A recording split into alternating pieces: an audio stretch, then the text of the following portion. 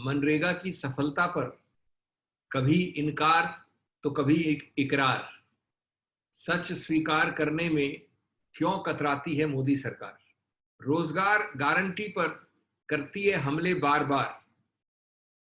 ये मोदी सरकार की, बीजेपी की पहचान रही है कि रोजगार गारंटी पर करती है हमले बार बार। मनरेगा की शुरू से दुश्मन रही है मोदी सरकार, लेकिन आज चाहे असमंजस में चाहे विफलता में उसकी प्रशंसा और उसको अपना आधार बनाने के लिए मजबूर हो गई है मोदी सरकार। ये सही है बात कि भूत प्रेत के प्रकार उनके शब्द, माननीय प्रधानमंत्री के शब्द आज उनके चारों तरफ गूंज रहे हैं, घूम रहे हैं। But the PM must forget that these words have come to haunt him. He must forget that COVID-19 marks the clear negation of whatever the BJP and the PM himself said about MNREGA. ये उनके approach और उनकी नीति जो मनरेगा की प्रति रही है, उसका, उस विफलता का जीता जागता स्मारक सिद्ध हुआ है कोविड के दौरान। सबसे ज्यादा व्यापक और प्रभावशाली अगर कोई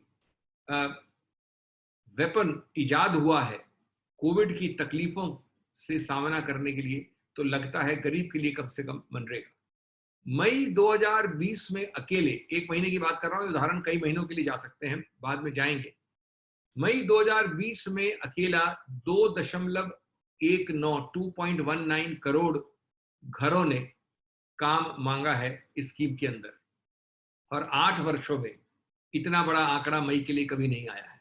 8 वर्षों में हम उस बात की बात नहीं कर रहे हैं जिसको प्रधानमंत्री ने पार्लियामेंट में, कहीं और नहीं, कहा था कि मनरेगा कोट अनकोट अंग्रेजी में कहा था लिविंग मॉन्यूमेंट ऑफ आईएनसी's फेलियर।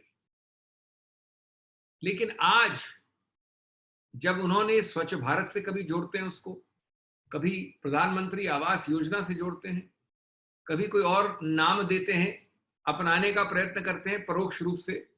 सच्चाई क्या है कि पिछले महीने मार्च 31 को शुरुआत से अंत तक, अभी मार्च 31 तक 12 करोड़ लोगों ने, ये कोई छोटा आंकड़ा नहीं है, 120 मिलियन पीपल हैव बेनिफिटेड।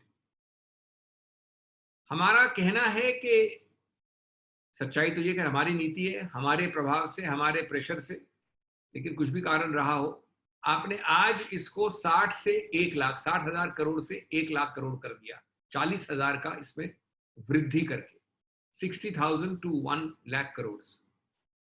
दोस्तों, ये 40,000 करोड़ अत्यंत अनिवार्य, आवश्यक था।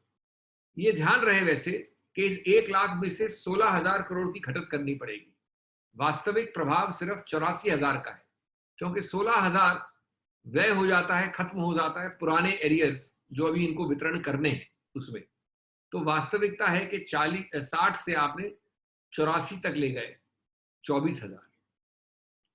आप ये सब किया, 8 करोड़ लगभग श्रमिक, प्रवासी श्रमिक आज कोलाहल में है, आवागमन में है। ये एक अनुमान है न्यूनतम के 8 करोड़ लगभग जून जुलाई तक रीलोकेट होंगे, आवागमन में रहेंगे।